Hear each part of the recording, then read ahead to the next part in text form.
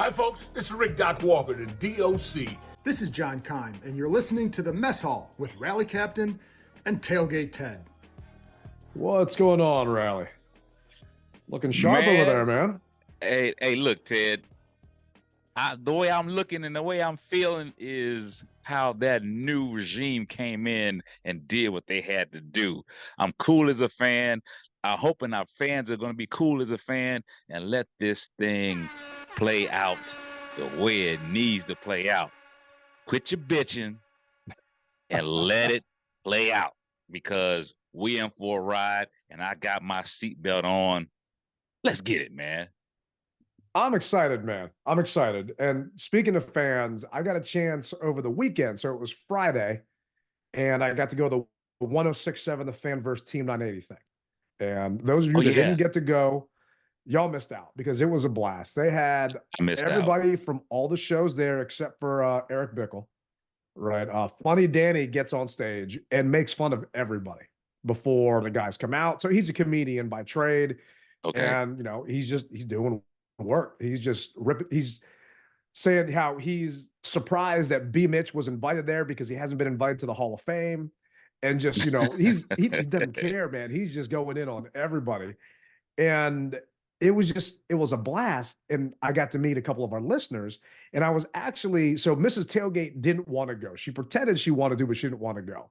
Okay. Right? And I could tell she was going to be miserable. Well, luckily, she didn't go. So I sat at a table by myself.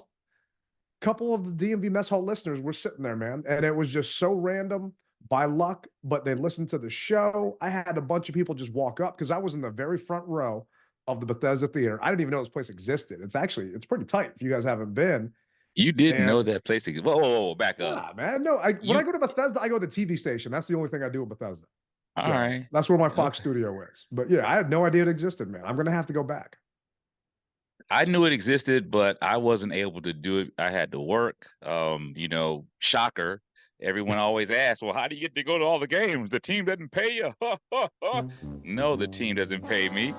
A brother works hard. I grind hard in the off season so that I can party hard during the season. Well, I partied hard that night because a couple people actually tweeted me after, like, how many beers did you have? I'm like, I didn't jump on the stage or anything. I don't know what you guys are talking about. I just had a good time, right? I mean, you just pulled your pants down. I mean, that's all you. So at one point, I can't remember who it was. It might have been Grant Paulson, but he asked how many people like the Commander's name. So I raised my beer in the hand and yelled, "Hell yeah!" I don't remember exactly what it was, but I know I raised my hand. And JP Finley, because all the guys have a mic, so JP Finley says, "Ted, put your hand down. You know you don't like that name." On his mic, because I'm sitting in front of him. I mean, I could tie his shoelace if I wanted to. It'd be kind of awkward and weird. That close. Wow. Yeah. It was like, you had to say that on mic? Because everyone's like, oh. So then Funny Danny comes out on Twitter the next day and said, even John Allen said, it's always going to be the Redskins to me. So, John's a local boy. I get that. And, it is what it is. On camera, he's got to say Commanders, right? Off camera, it's a Redskins to him. For me, on camera, I got to say Commanders. But Funny Danny goes out and basically said the entire audience, except for two notable people, did not say anything about Commanders. I'm like, yeah, guess who was one of them? It was me, because I'm rocking my HTTC shirt and everything else. I'm having a good old time there. But it was just a fun experience because I realized not that many people hate my guts, man. And maybe it's just because I was shocked, man, because of social media, I just get all the hate on there and I just get all the mad tweets and stuff like that. But you know why though, Ted? I mean, keyboard warriors, man. That's just how it is. I get it. They won't say it to your face, but they'll dog you out in person, and or they won't say it to your face, but they'll dog you out over the internet. So, just chalk it up. You're a good dude. You stand for a lot of good things and you give it to people honestly. And a lot of people sometimes get out of their comfort zone and they can't handle, like the movie said, they can't handle the truth, man. But the fact is, you're a good dude. I wouldn't be rocking with you if you weren't. And so, hey, man, like anything else, blow that out, let it go. Oh, yeah. No, I hear you, man. I was just shocked that one of our listeners was sitting at the table. A bunch of them kept coming up and were asking for you. I'm like, it's the front row. Where's Rally? I mean, you can't be in the front row if Rally ain't here. So next time this comes around, you definitely gotta, I try to will be put a there. request in. I know you Yes. gotta work to maybe pay for a trip to Brazil, but we'll see how that goes. Speaking of which, you think we get it? You think we're gonna go play the Eagles in Brazil? Well, let me tell you. So I was gonna call in to 106.7 The Fan tomorrow for Bleep You Thursday, but I'm gonna start it off with you, my brother. Bleep you to the NFL for giving the Eagles the opportunity for all their fans, the filthy Philadelphia Eagle fans, to get the best hotel rooms, get the best flights right now, and everybody else is behind the power curve. So screw you, NFL. So getting back to your original question, now that I got my rant out of the way, getting back to your original question, it's going to be a situation where they're going to look at who can give them the most money. And as much as I would love for the Commanders to be there, and I think that it'll probably go to the Cowboys. And I say that because the Cowboys, outside of any other teams that the Eagles are playing this year, probably have the biggest draw. And I also say that because what's my man's name who stands up when he does his interviews all the time? Ex-football player, loud, always has the muscle shirts on. I got no idea which guy. He hinted toward it as well. I just can't think of his name. Nevertheless, I think because of that the Cowboys will get it because they're the biggest draw. Let's just call it what it is, But I would love for the Commanders to be there, and if they are by chance there, SB Events will have a great package. All you have to do is just make your payments and show up. If you're rolling with me, you're going to have great accommodations. You're going to have a nonstop flight. It's just little things that if we are there, you'll be happy that you decided to book with SB Events. Trust and believe. So with all that said, I'm hoping so. It's going to be interesting because yeah, the Eagles have 9 home games this year, and so do Mhm. we. Yep. They play, obviously, the Cowboys, the Giants, and us. Mhm. Their other home opponents, you've got the Browns, you got the Falcons, you got the Panthers, the Jaguars, who play in London every year. Yeah. And you've got the Packers, and you've got the Steelers.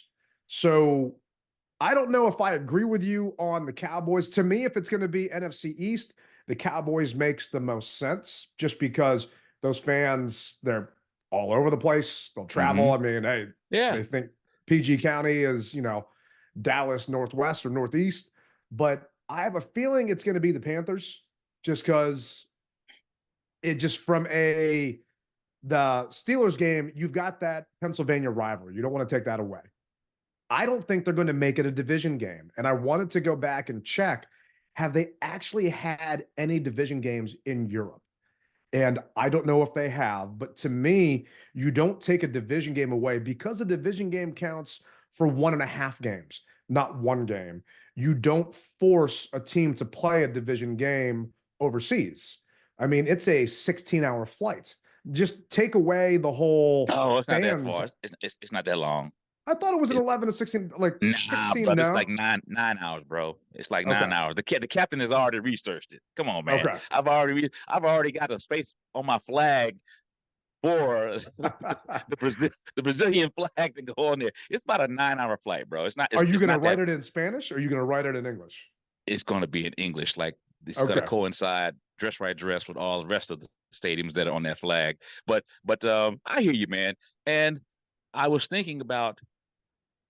We played, obviously, in London, the Bengals. Yeah, so when we played the Bengals, obviously they're out of our conference. They're out of our division or whatever you want to call it. But the fact is, there was still a lot of people there because it was Europe versus Brazil. And I don't know how the fan base really realistically is in Brazil. I'd imagine that there are some people that are there. I don't really know of any military bases that are there offhand. I'm sure there's probably an outpost or something that's there. But for the most part, overseas in London, in Germany, you've got all kinds of bases over there. I mean, you got like 8 to 10, or maybe four to eight military bases that are over there. So they bombard that area. I was just saying the Cowboys because, like I said, like you said, the fans like cockroaches. They're everywhere, and Yeah. you turn the Except lights they ain't on, been to and Dallas, but yeah. they know everywhere but Dallas. Yeah. So, but man, it would be lovely if it turns out to be us. And who knows? They could throw us a bone and say because they know that the team is rebuilding and there's excitement in the air. Because right now our fans are excited, so they could capitalize on that excitement from our fans. And also, people want to travel.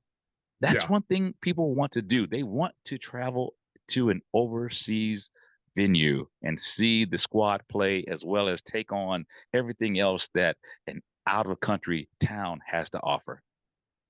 So I'm looking at this right now, and you've got, okay, the Cardinals played the Rams, which is a division game back in 2017. So it has happened in the past. I am not seeing any other division games that went out there. And I could be wrong because I'm just looking this up while we're doing the show, but Hmm. I'm not seeing a ton of division games going out there that have happened. We have opened up against the Eagles. We opened up against them in 2020. So, I mean, that's Yeah. not unheard of. But to have a division game over there, to me, it'll be interesting to see if that goes on top of having a first year head coach and a first year GM, because there are no rules. I was looking at the NFL schedule. There Hmm. are no rules that stop a first year team from going overseas. So that's out the only thing that stops a first year team from happening is being on Hard Knocks. So I don't have to get on my whole podium and say, I don't want to be on Hard Knocks again because I just don't want that distraction and I don't have to worry about it this year. But if we do go to Spain, to Brazil, you know what, dude? I'm there. I'll make it happen. I got my passport. It'll be a Of fun course. time. I'm going to complain about it. I'm not going to be happy about it. I'm going to have Why? to donate some blood Why?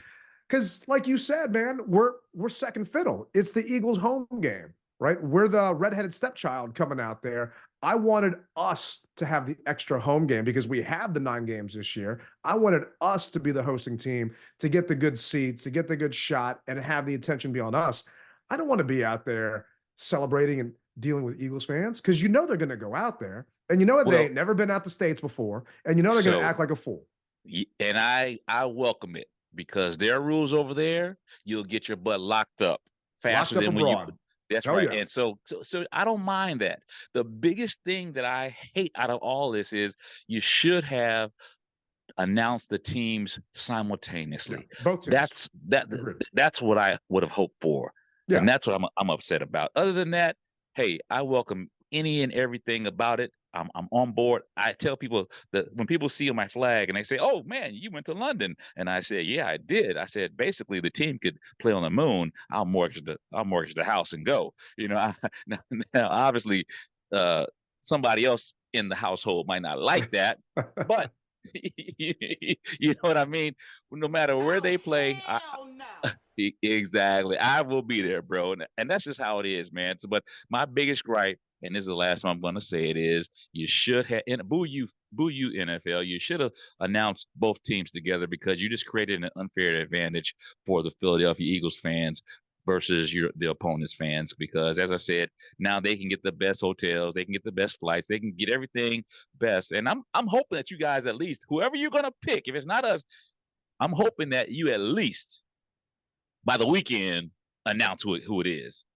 No, it definitely going to be by the weekend. I mean, for those wondering, it's February 7th at 3:18. They ain't going to announce anything in regards to the Super Bowl right now to take away from that. But I do agree with you. It's BS. Like, usually the day before the schedule leaks, all of the beat reporters and different super fans of the team get the schedule, right? So just full transparency.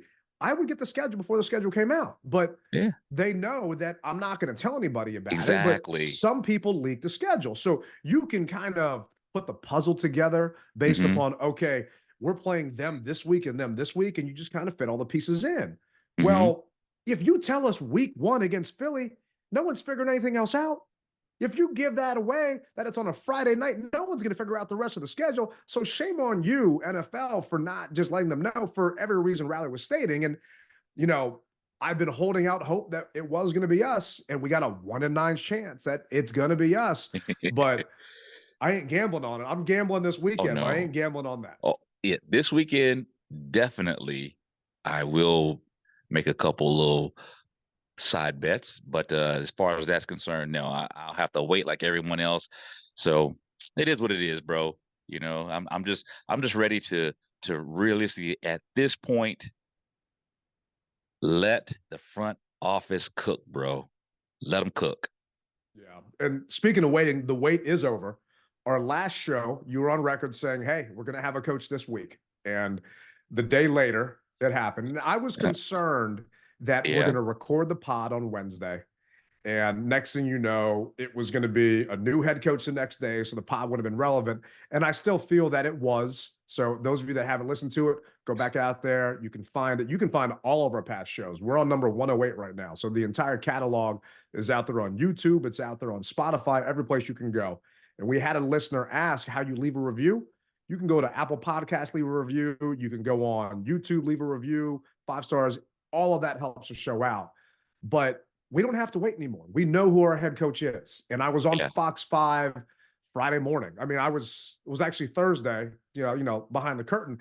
I was at the beach and thinking, well, we just did our podcast on Wednesday. I don't got to bring my gear with me. I'm just traveling with my microphones and everything from now on because Yeah. Fox called, NBC called, ABC called, and it's a good problem to have. I'm not complaining about it. I Yeah. was just upset because of my audio and video didn't look like it should be because I left my gear at home because I'm hanging out at the beach. And then I Hmm. was going to be there for a couple of days, but then the TV station called and they want me in 7 o'clock in the morning, Friday morning. So I had to show up and we had to talk about it, man. They hired Dan Quinn. And this is actually what Adam Peters had to say about why Dan Quinn. Well, when we set out to hire the next head coach of the Washington Commanders, I said earlier, we wanted to hire the best leader for our team. And we went through a really thorough process, as you all know. We spoke with a ton of great candidates, but our process led us to the decision that Dan Quinn was the perfect man for the job. Coach Quinn has all the qualities we're looking for. He's unquestionably one of the best leaders in the NFL. You can ask anybody who's been around him, coaches, players. He's a top-notch communicator, an excellent teacher and developer, not only of players but of coaches. And he's smart, he's driven, and he's really more than anything a phenomenal person and just a great, great person who's going to lead this team the right way. He's one of the best defensive minds in the NFL. He's proven that time and time again. He can build elite coaching staffs, which Josh alluded to. He's already started. He attracts talent because of the type of person and man that he is. He maximizes that talent, and that's what we're doing. We're building a great staff, and he's really kicking it off really well. He and I have a shared vision that we're going to build a team that with the play style and the identity that you guys will all love to watch. The fans of the Commanders, not only just here in the DMV, but all over the world will love watching Dan's team play. Dan and I are going to be in lockstep in everything we do. We already are, and we will continue to be. We will keep the team and staff connected. He has a track record of tying buildings together, and he's going to tie this whole building together from the lunchroom to the meal room to the weight room to the equipment room to the locker room. And that's how we're going to do it, and we're going to all be moving in the same direction. So I can't wait to work with Dan. We're going to embark on a really, really fun journey together. This is going to be a great and important off season. We've already started, but the work is just beginning. So what did you think when we just finished the pod? It's Thursday now. They announce, not officially, but unofficially, that our new head coach was Dan Quinn. What came through your mind at that point? Initially, Ted, I have to say that I was kind of skeptical. Just being honest, I was skeptical. I knew his background because after the pod, I looked it up, and actually before the pod, I looked it up. I knew that he basically helped cultivate the Legion of Boom. I knew that he was very good as far as the head coach for Atlanta, even though what happened. But there was two sides of that story. So if Kyle Shanahan would have run the ball more, blah, blah, blah, blah, blah, he'd have another Super Bowl underneath his tenure.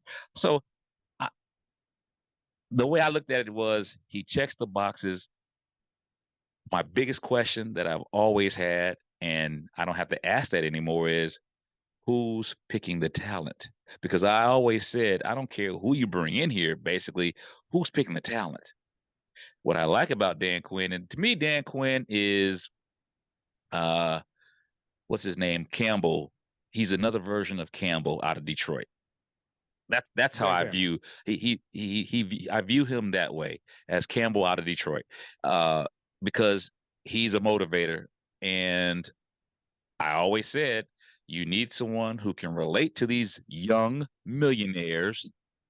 Okay. You need someone to relate to these young millionaires who can get into their head and make them want to run through a brick wall for you. I believe he can get that done. And then after I heard what Michael Parsons said about him, it really made me say, okay, I believe that it can happen. There was another side of me that didn't like it, and I'm going to just be honest. It was because of the whole Cowboys thing, but I got past that. You know what I mean? I don't like the fact that I didn't like the fact that, hey, all these teams we could pick from, we picked the Cowboys. You know what I mean? It's just one of those type of things. It's kind of like when we have players that come from the Cowboys. I don't like that just because they're the Cowboys. But if you come in and you kick butt, I don't mind it. But initially, it stung a little bit because it was the Cowboys. But looking past it, hey, I'm ready to see what he can do. Put all that cowboy now.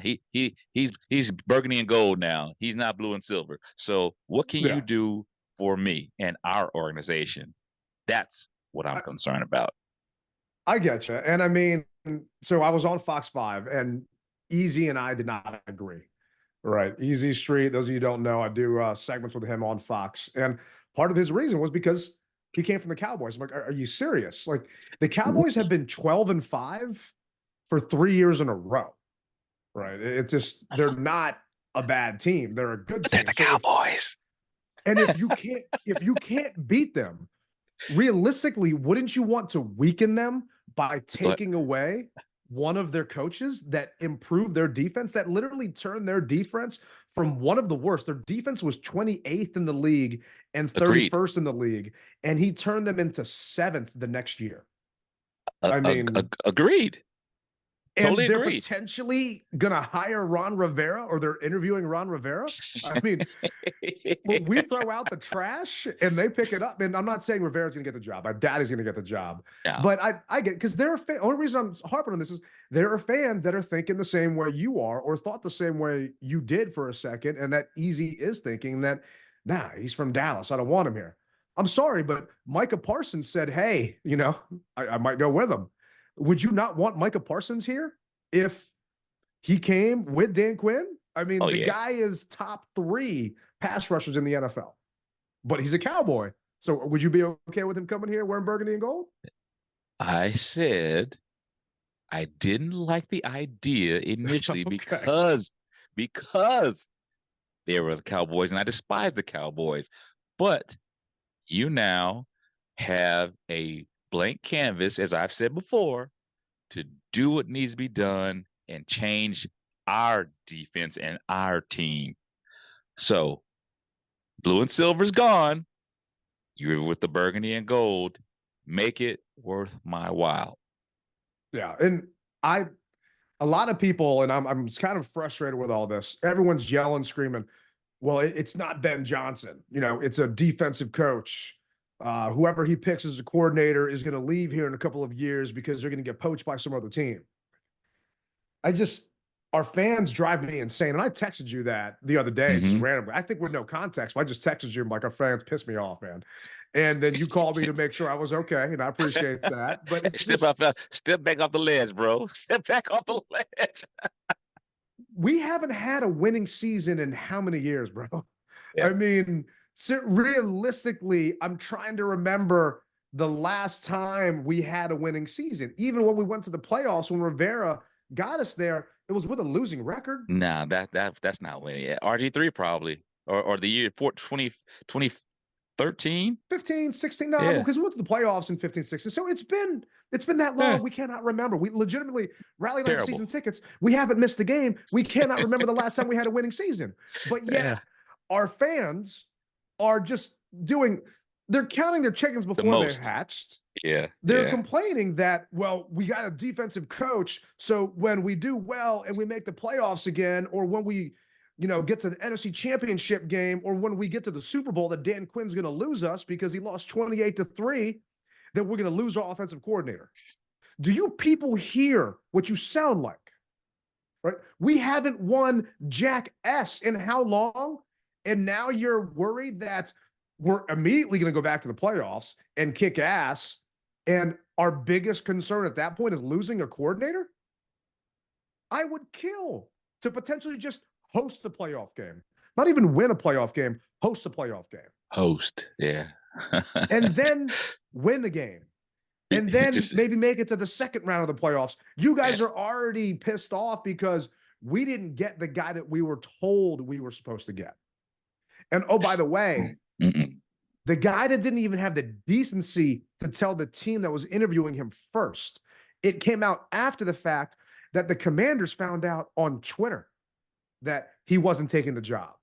Then they got the text message from Ben Johnson. Yeah. I mean, I'm sorry. The man was not ready to be a head coach. We could not force him to be a head coach. Yeah. And when all this came out, I don't want him to be my head coach. Not after that. I am glad that we got a guy that has done this before. Then you've got those out there in the media and friends like, Grant Paulson's a friend, right? I love GP. I don't love his stance on this. It's like he doesn't want a retread head coach. People are comparing Dan Quinn to Ron Rivera.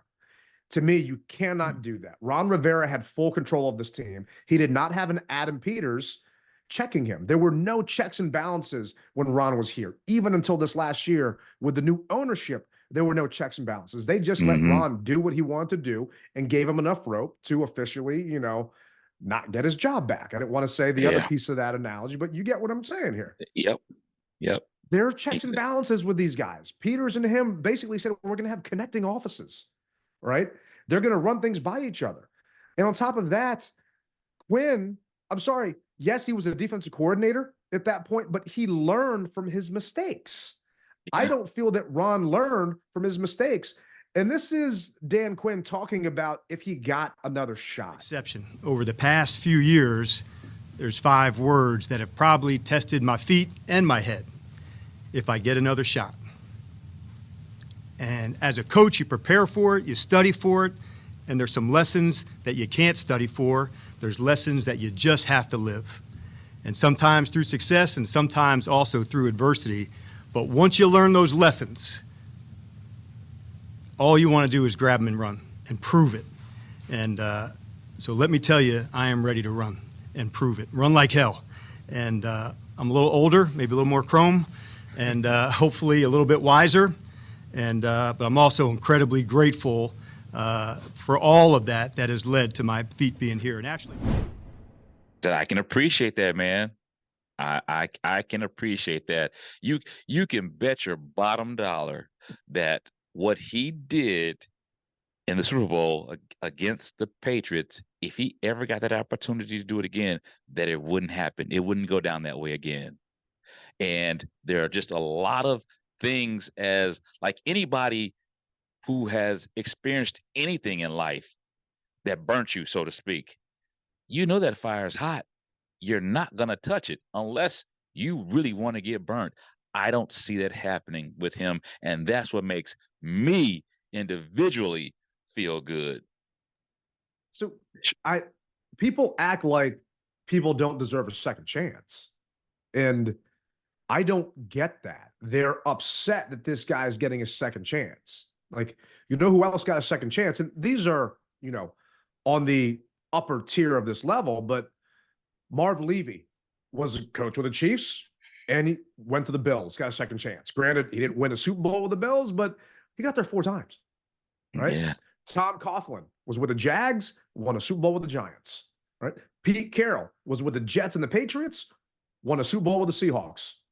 Mike Shanahan was with the Raiders, won at the Broncos. Don Shula, Colts, Dolphins, right? Bill Belichick was with the Browns and won with the Patriots. And right now, Andy Reid, do you think Chiefs fans are pissed off that they picked up a retread head coach that got fired by the Eagles and have Andy Reid taking them to another Super Bowl this weekend? I don't think so. And do you not Probably think don't that even. these men, Yeah. I'm sure that they had sleepless nights when they lost that game. And you think about what you did wrong. And you think about if you were in that situation again, how you wouldn't make that mistake. And that's why I am excited that we have a experienced guy that has done this before, not a offensive coordinator who we don't know if he can do it. But I do know that this man got people to the promised land, Yep. right? He didn't get them over that hump, but he got them there. Yep. That's good enough for me. And if you think for a minute that he doesn't get tired of people asking him and answering, hey, what happened in Atlanta? Don't you think that he gets tired of that? People still cannot let it go. But best 28-3, believe, though. I mean, it's hey, bro, I understand. But the fact is, that's why he won't make that same mistake twice. Amen. if he gets there because people still can't let it go. So another analogy that I used was, so I don't buy first gen anything, right? I don't buy first gen cars, especially. I want that manufacturer to get all the kinks out the system. So I needed to buy a car in 2020. And the problem was it's the pandemic and we're running around, and I needed a SUV with 3 rows in it for room and all this other stuff. The car I had my eye set on was a Ford Explorer, right? Just because it hit my price point, it hit everything I needed to. The first 9 months they made that car, they had so many problems. So it got down to the point where I was on a Facebook group and I talked to a bunch of people that worked at the plant. They told me only buy that car if it's made after this date and if it's been built out of this factory. Wow. And people that know, you can read that on a VIN number. It tells you all that information if you know what you're looking for. So I wanted to make sure it got the kinks out the system. To me, it's the same thing with my head coach, man. I don't want a guy that's still wet behind the ears and doesn't know how to handle high pressure situations. You may not get a lemon. You may get, a guy that's kick ass, or it could be a Tesla where the damn battery catches on fire. It just, to me, I want a chance to, let that guy understand what he did wrong. And Quinn said these are the lessons he learned the first time.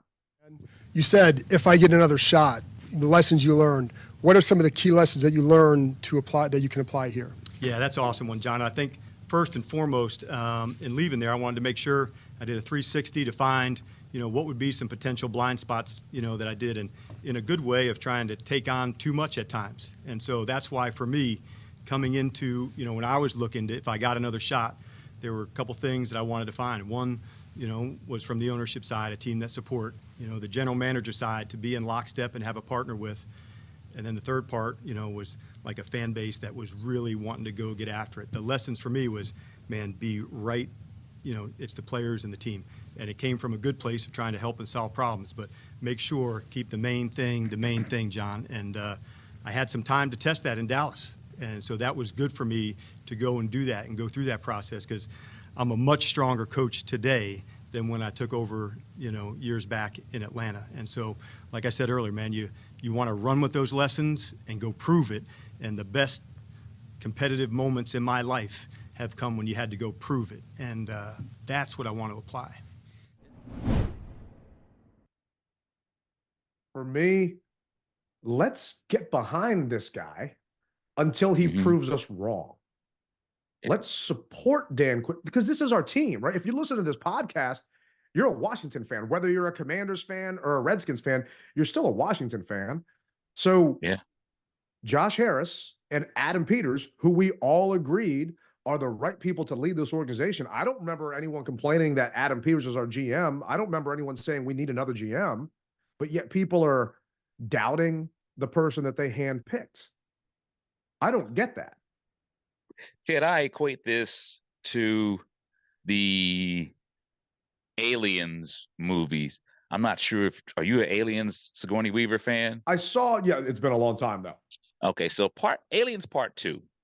Basically, they bring Sigourney Weaver back to the whole thing to find out about this new compound or whatever have you, just to bring you up to speed if you haven't seen it or if you don't remember it. And if our listeners are an avid Aliens fan like me, they can appreciate what I'm about to say, and you'll be able to appreciate it as well.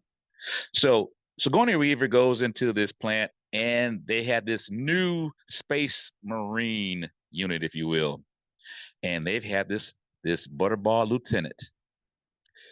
And Sigourney Weaver, obviously, she gets in contact with the aliens, and the boots on the ground, they're firing and they're trying to kill all the aliens. And the lieutenant is basically saying, "What's happening? What's happening?" Sigourney Weaver says, "Pull your man out." She's telling him what to do because of the experience that she has had with the aliens, and the lieutenant had no experience and didn't know what to do. That's how I view Dan Quinn as Sigourney Weaver, and the gentleman from Detroit, Dan Johnson, as the lieutenant. Oh, gotcha. Yeah, Ben Johnson. Yeah. Ben Johnson as the lieutenant. You wouldn't, if you were a seasoned coach, you wouldn't let somebody find out off of the internet. You'd be man enough to talk to them face to face, or give them a phone call at least, and then say something. So his inexperience, it would carry over, I believe, onto the field, and we would all be decimated by the aliens. So Dan Quinn, bro, you got us, and we're yours. Let's make it happen. Yeah, and I think it's come out after the fact that Ben Johnson, and I don't have the exact wording, but Ben Johnson basically said he was talking with a bunch of basketball people. I don't think the interview went well. I don't think that the job was a lock for him. And he also met with the Seahawks, and he didn't turn just us down. He turned them down too. So we were the last two positions open. Right. So it's not like he just said, "No, I don't want to be a Commander's coach." But a lot of people are saying, "Well, Dan Quinn wasn't our first choice." You don't know that.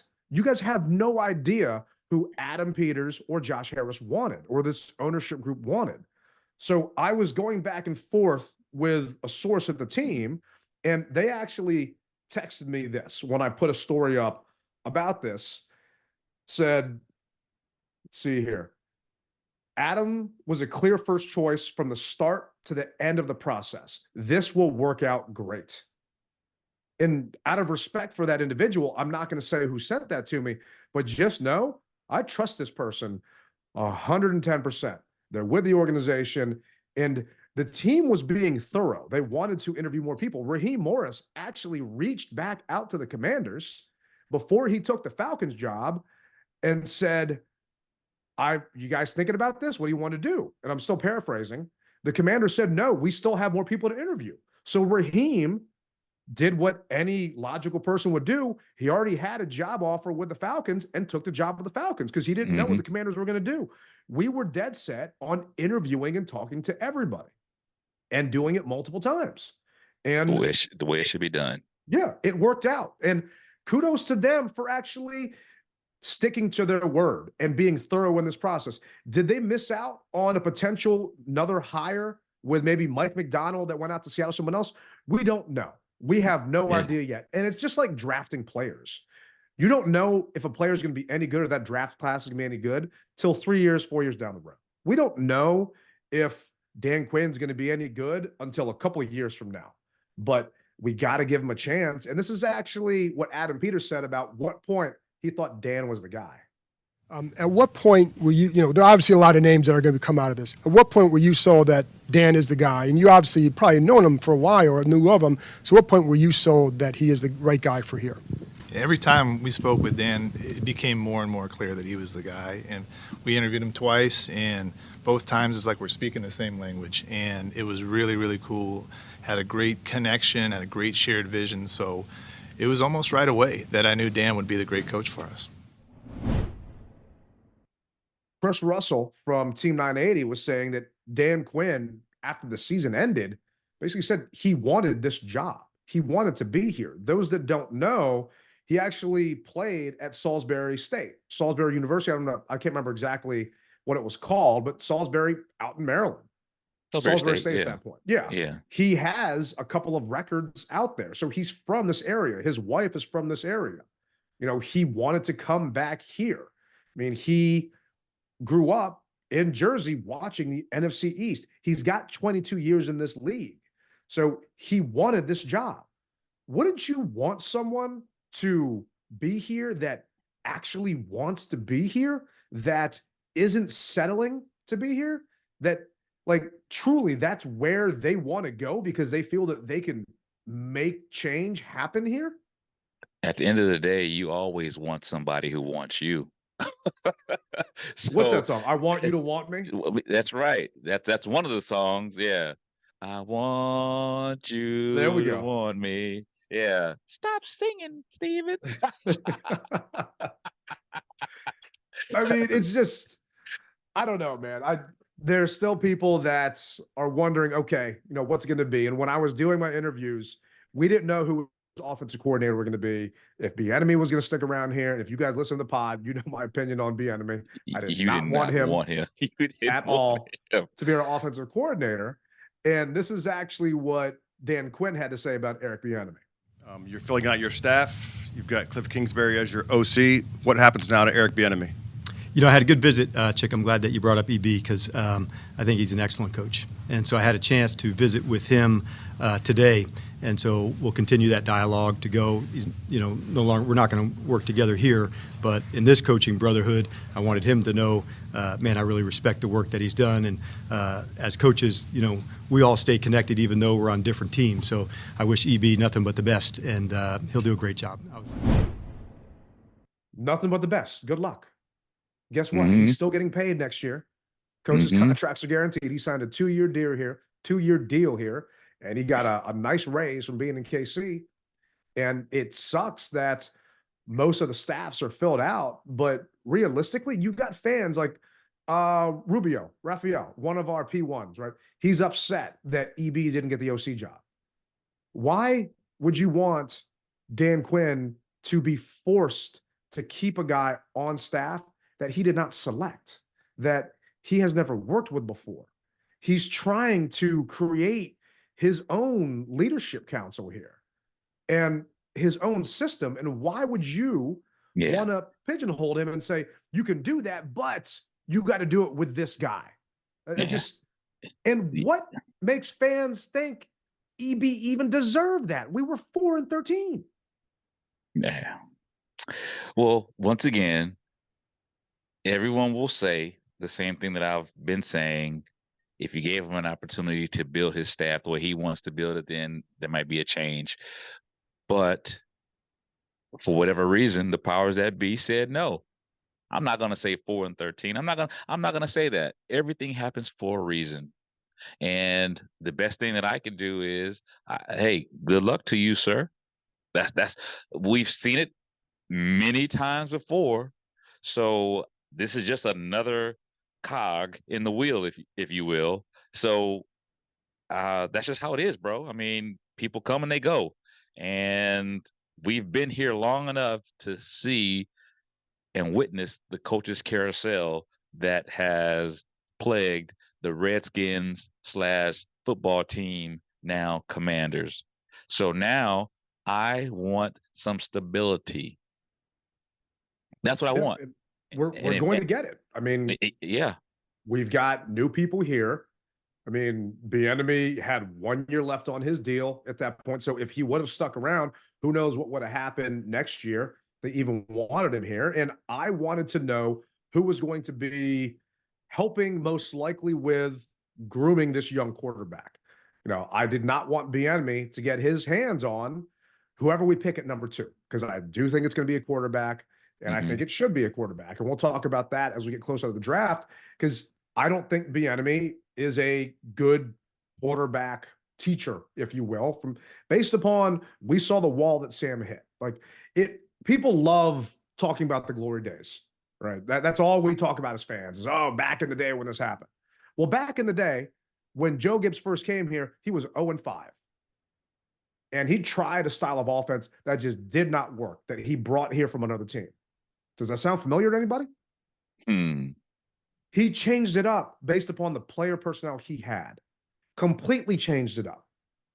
Bieniemy, the entire year, at no point did he change up what he was trying to do until the last game of the year against the Cowboys, where he just pulled some old school playground backyard BS crap against Dallas because game meant nothing. That to me is why he's not here. And I don't get why fans tie themselves to coaches and to players like they do. Because they come, Bieniemy took a picture with you on the sideline at training camp. Hey, good for you. He took it with me too. But it don't matter.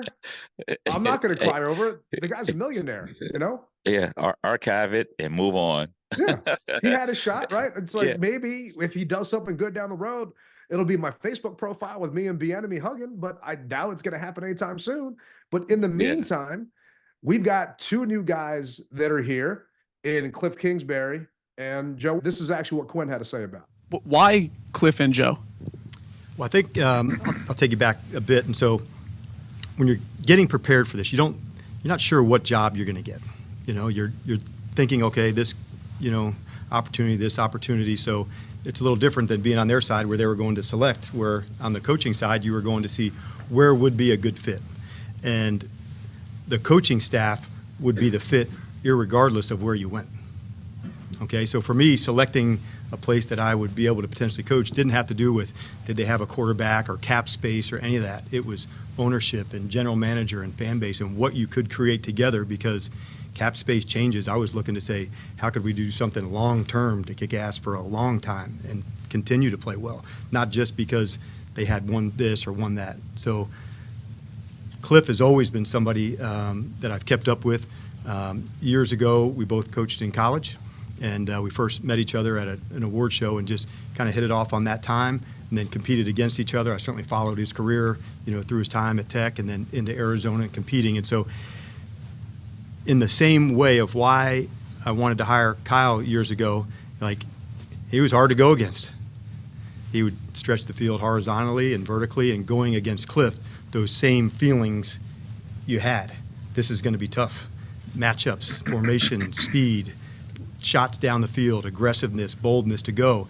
And so as a coach, you were writing down some names if this is something in your future that said, if I get that shot, this is somebody I would want to talk to. And so that's where the start came from him. We're really pumped that he's going to be a part of it. Obviously, I know people talk about, his acumen with quarterbacks, and that's proven, but he's also an excellent coach. He's not just, a guy that's going to be with the quarterbacks the whole time. So I want to make sure I'm clear on that. And then with Joe, it's a little different because I had a chance to be shoulder to shoulder with him, over the last 3 years in Dallas. And through that time, I've just seen the detail, the connection, the play style, And so to play good defense, you better be a good tackling team, and you better know how to take the ball away. And those are 2 things Joe and the units that he was charged with have been excellent at. And I think over the last 3 years, with Joe there, the team had been, at the top of the league in terms of takeaways and defensive touchdowns. If you want to play good defense, you better tackle, because I'm not talking about in the A gap. I'm talking about there's space plays that happen in today's NFL. And so in that space, how do you have the technique to go and make tackles where guys like Cliff and Kyle and everybody else want to create all this space to say, make it hard. So you better be a good tackling team, and you better know how to get the ball away and show good disguises, to make the quarterback have to read the coverages after he has the ball in his hand. And Joe's been exceptional at that through his career. So that's why he played against them, coached against them, and had fits going against them. I mean, to me, that's the ultimate compliment. I couldn't beat you, so I put you on my staff. Guess who we couldn't beat the past couple of years, right? I mean, we talked about getting in the pod. So now he's our head coach.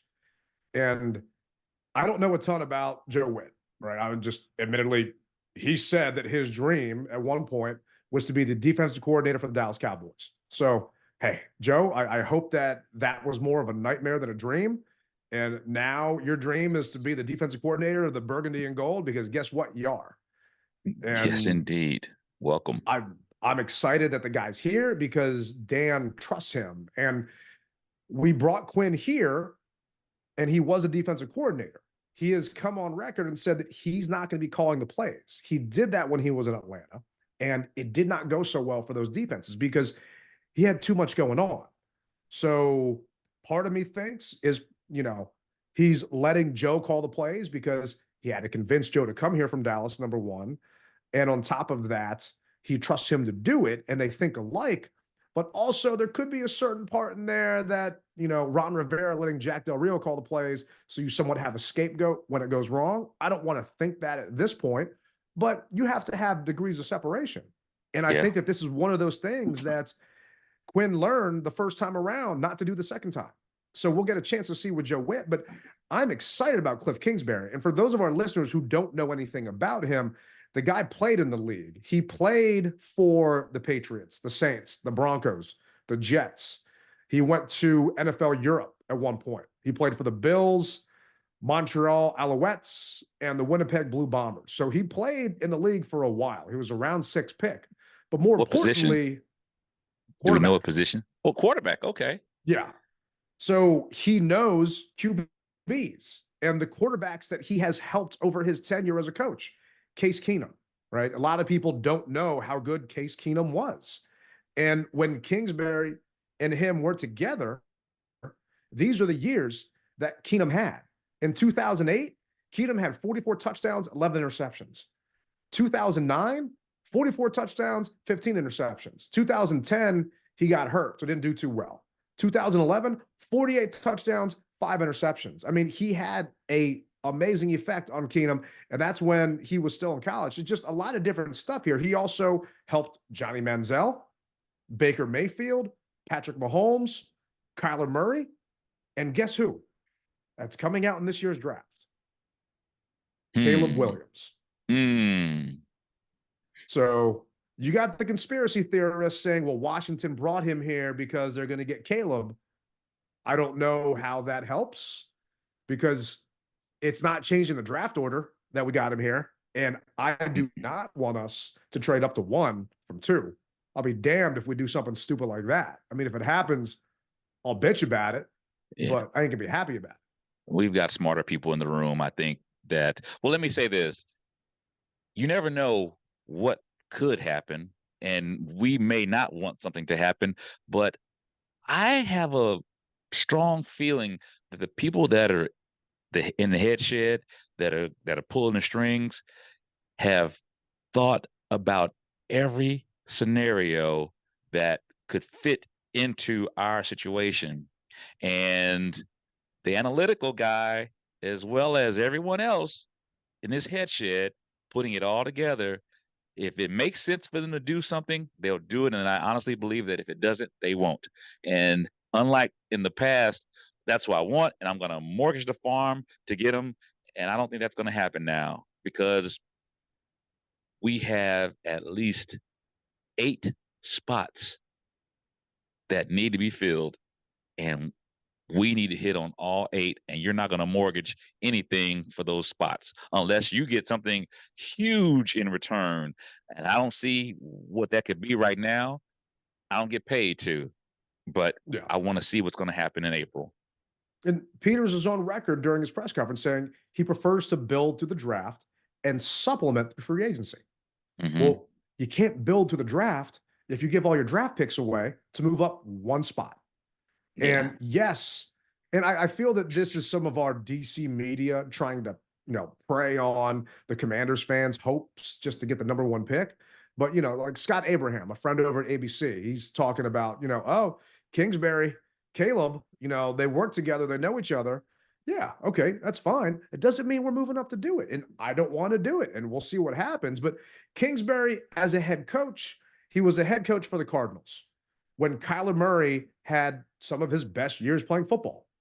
So to me, they got him here. They're bringing him here because we're going to draft a QB at 2. And we need someone that speaks quarterback. We need someone that has been one and that has groomed some of the great quarterbacks out there that are still in this game. Patrick Mahomes being one of them that's going to be in the Super Bowl this weekend. So that's why I'm happy, because I kept talking about it when I was doing these interviews.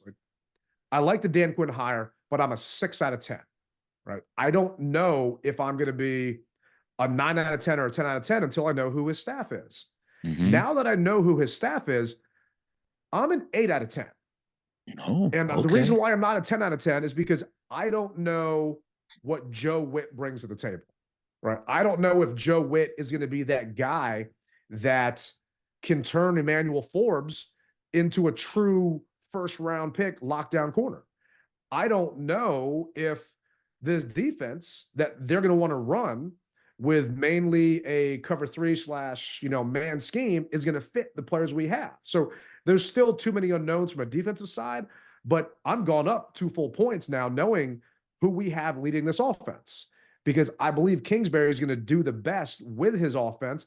And people are talking about how his air raid style system, it means we're going to throw the ball a ton. You guys don't know what you're talking about, because if you go back and look, when he was a head coach for the Cardinals, they ran the ball a ton. So B-Rob, guess what? Get ready, because you're going to be carrying that ball, and you didn't get much work this last season. Yeah. Where are you at now? Well, as far as Witt is concerned, I'm impressed by him because he was the one that turned Dallas's secondary around. And I can't remember the guy's name, but he had all those picks for Dallas. Bland or Brand? Yeah. Yeah, whatever that guy's name is, he's the reason behind it. And here's the other thing, Ted.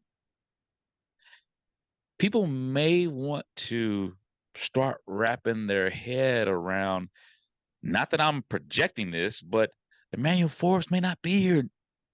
He may not cut the mustard on these guys. He'll be here next year. But yeah. Well, what I'm saying is, okay, he may not be a starter. Yeah. He just may not be. Once they look at everything and realize what they want to do and how they want to do it, certain guys may not fit. And that's just how it is. And it'll come down to, once again, the old regime's picks. But you remember, people, I said it before and I'll say it again, we've got a blank canvas. And if by chance you aren't painted into that picture, I'm sorry, you're going to have to go. It may be the best thing. We don't know yet. But what I can say, based upon everything, if you don't cut the mustard, you're not going to get on the hot dog. And that's just how it is, man. And I want the best players. If Emmanuel Forbes turns out to be the best player, I want him. If he doesn't, unfortunately, I don't want him. Yeah, that's just the NFL. You know who didn't turn out to be the best player that Adam Peters drafted? Trey Lance. Guess where his ass is? In Dallas, right? Third string. They realized that, yes, they traded up for Trey, and he wasn't the right call, and it just failed miserably.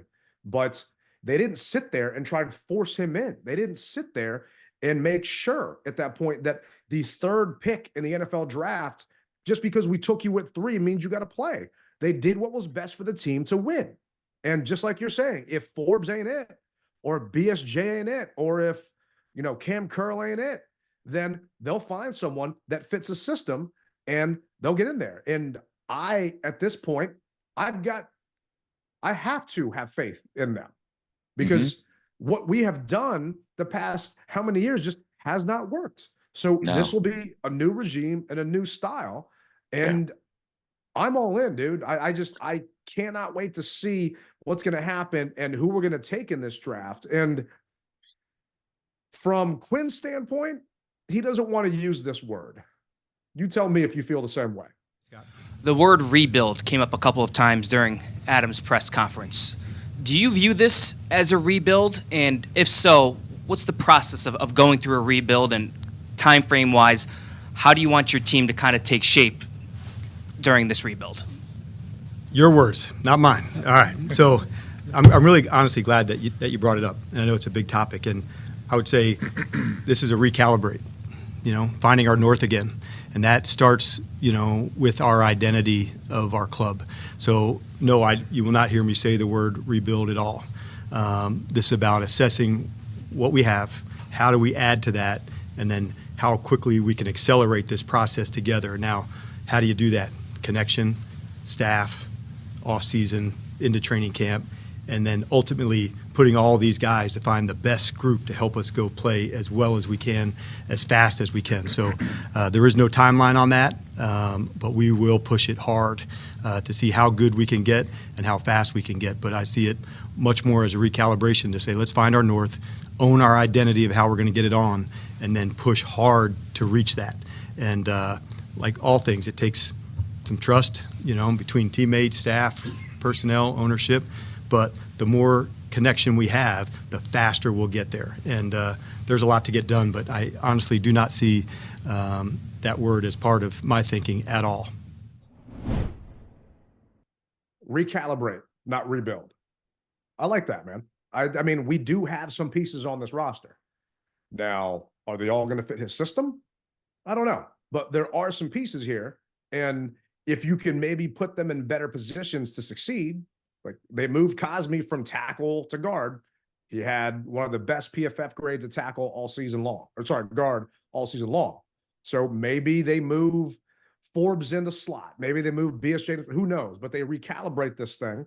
And maybe it's not going to take as long as some are speculating out there. And we do get back to where we should be with an actual winning record for a change. What are you thinking? Tomato, tomato. At the end of the day, it's all the same. If he doesn't want to use rebuild, okay, recalibrate. That's what floats your boat. It's the same thing to me. Just make it happen. The biggest thing that I feel, Ted, is, and we'll find out more, obviously, in the upcoming months when the pads come on, is you've got a bunch of guys who I believe you're really going to have a true tryout scenario, if you will. Yeah, we're bringing you're playing this position right now, and you alluded to it. You're playing this position right now. However, once those pads come on and I see that you can't do it, okay, well, I got to put you to the side and focus on who I am seeing. It goes back to, and I Hard Knocks is what I go by. I go by Detroit's Hard Knocks. They had guys on that team who they heard about, and when those guys got into the preseason games, they made plays. And just because you're a veteran, those new guys came in and made plays and took that veteran spot. That's what I want to see. I don't want to see anything given. Yeah, okay, you were our starter and you did do this, and we're not going to hold anything past you, but this guy is doing it a little bit better than you are. Don't force him. You know what I mean? That's what I'm hoping. That's what I'm hoping for, man. And I see, I feel that's what Quinn is going to do with this squad. He's going to everybody starts with 100. I always say that when the season's everybody starts with 100, but then each play you either get a plus or a minus. And if you wind up on that sheet with more minuses than pluses, then somebody's going to take your spot. And I welcome it. I honestly also welcome a quarterback competition that we've never had.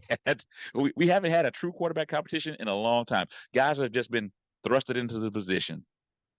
And that's what I want to see. I can't think of one we've had, really. I mean, even Kirk and Robert, that wasn't a true competition. I mean, no, it was Robert's job until he got hurt. And then they put Kirk in because the owner wanted him to have it. So it'll be interesting because what do you do at QB? Sam's still under contract. He ain't going anywhere. You draft a kid at number 2. I feel that you have to have a veteran because it's just too green in that QB room. You need someone else that's done this before just to help them go through the motions. And Jacoby Brissett is a free agent. So are they going to pay him what he could potentially get on the open market, considering his phantom hamstring and he didn't get a chance to step back on that field and maybe do something else wrong? So who knows? But I know it ain't going to be easy. And I think some of those players that bitched about Bieniemy being a hard ass, you guys are in for a world of hurt coming up now because Quinn played this game. Yeah. And not that Bieniemy didn't, but I don't see Dan Quinn putting up with any crap. And he ain't your OC. He is your head coach. And if your head coach is a hard ass, yeah. Not only that, there's no big toe to run to. You got no big toe to run to.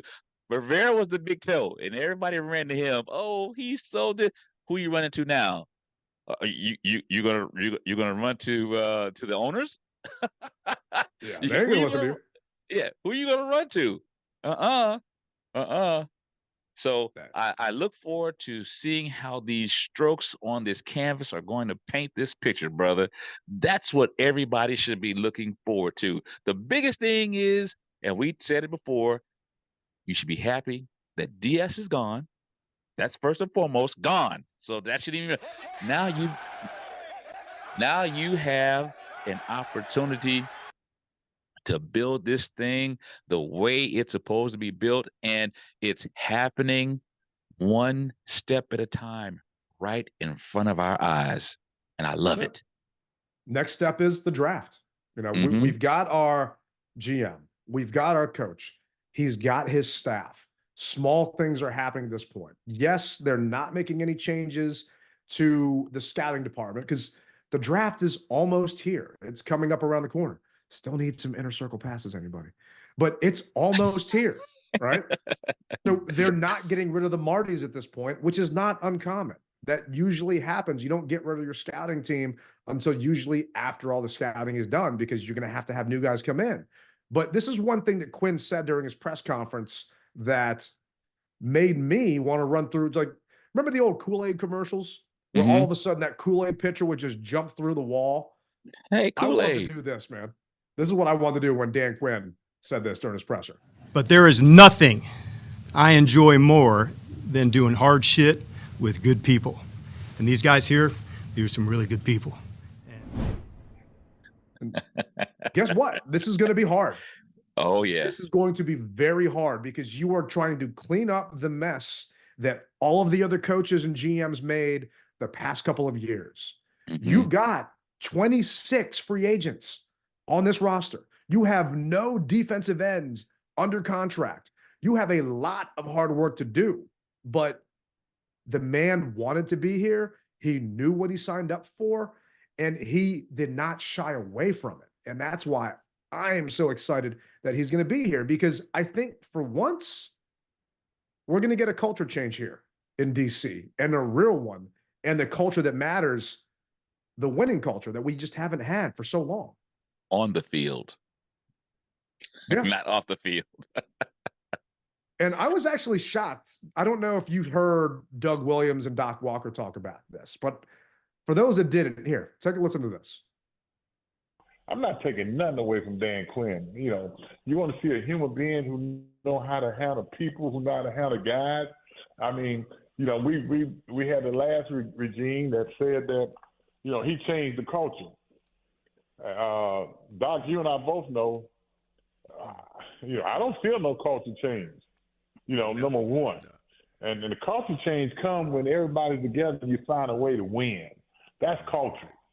You know, you can't go out the way we've gone out the last 3 years or so and say, you know, the culture has been changed. It has not been changed. You know, fortunately, I'm in there. I've been in there. And, you know, I don't say much, but I look and I listen. And it ain't a whole lot of change. But I feel good about Dan Quinn. Let me say that. Because anybody who works here the next years or so with Dan Quinn, anybody who played for Dan Quinn, I think they all would leave here saying the same thing, that the choice that we made is the best choice. I was shocked to hear Doug Williams basically back his truck up over Ron Rivera. I've never heard that before, and I got to tell you, that gave me goosebumps. I've never heard that before, and it gave me goosebumps because Doug is right. He doesn't say a lot of words unless it's a good feed store commercial. But other than that, he doesn't say very much. So for him to say that, it's like, oh, okay, which tells me he basically had to keep his mouth shut. Yeah, I mean, he really did. And going back to it, we've had a losing culture since 2015. We won the NFC East in 2015. We were 9-7. Right? That is a lot of losing. And I don't know if Quinn's going to get us to win next year or the year after that.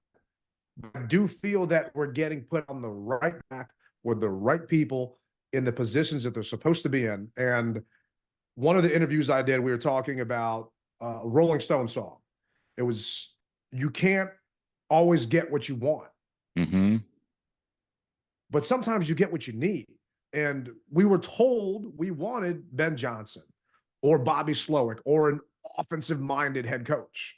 But maybe, just maybe, we needed a guy that's actually a leader of men, that has done this before, that has been to the promised land, that has won as a coordinator, but never won as a coach, and that is hungry to get it right this time. And I really think that that's what Dan's going to be. And it's going to be fun, man, because we finally get a chance to talk about football and react to the good things that these guys are going to do. Not, oh, I'm the GM and the head coach, and I refuse to, draft someone that actually makes sense. I'm going to take Emmanuel Forbes instead, or I'm going to take Jamin Davis instead, or these other guys where no one had them on their draft board going that high. Peters is going to fix this shit, man. And he did it right now with Quinn, in my opinion. Amen. That's all I can say, bro. I don't need to say any more. You said it. But before we close this out, man, who you got this weekend? What are you thinking? You thinking Mahomes, or you thinking Purdy? So let me say this, man. I would like to see San Francisco win one, but I just can't go against my homeboy. I really can't until somebody knocks him off. I can't go against him. He's almost like the new Brady, if you will. People always said, don't bet against Brady. And until it was to that point where you realized that you could, you didn't. You don't go against Mahomes until somebody knocks him off. So I obviously with Chase, Trent, Kyle, I'd like to see those guys win. But I want until to see somebody, two of those guys win. But yeah, oh, you know what I'm saying. I hear you. So with that being said, yeah, I would like to see them win, but my homeboy, Patrick Mahomes, I mean, you just can't go against him until somebody knocks him off his throne. And right now, he's the guy. So I'm going to go with Kansas City. So Mahomes is getting 2 points. I'm sorry, you're giving the Super Bowl champ 2 points? The second I saw that, I drove to Maryland and put money down on the Chiefs. I hope the Chiefs win because I just don't want to see Chase Young get a ring. There's so many people out there that deserve one. And in my opinion, he does not. He half-asses it constantly. He plays football. He doesn't love football. And it's evident in all these videos that you see of people highlighting him just jogging down the field. I'd be upset because that means Trent doesn't get one, but I think Trent will get another chance. Chase ain't going to be on that team next year. Trent will be. And I think Kyle is a great coach, and he'll bring them back. Just for that reason, I'm pulling for the Chiefs. I don't care about the whole Taylor Swift, Travis. That don't matter to me. I want to see good football. And I think Mahomes is one of the best to do it at this point. And it's going to be a fun time, man. And I'm hoping that the second time around for Quinn, he brings us back to that Super Bowl. And instead of going up 28-3, he makes that thing 40-3, and we see what happens. Well, I couldn't have said it any better than you, my brother. And I hear the music playing in the background, which lets me know that another episode of the DMV Mess Hall is coming to a close. I can't wait to talk to you next week, my brother. Everybody, thank you for riding with us. It's always a pleasure. If you haven't done so, please, for YouTube, like, subscribe, love it, all that good stuff, because it goes a long way. I'll see you guys on the flip side. Remember, you rep it hard, or you don't rep it at all. Rally Captain, Tailgate Ted. Until next time, we're out.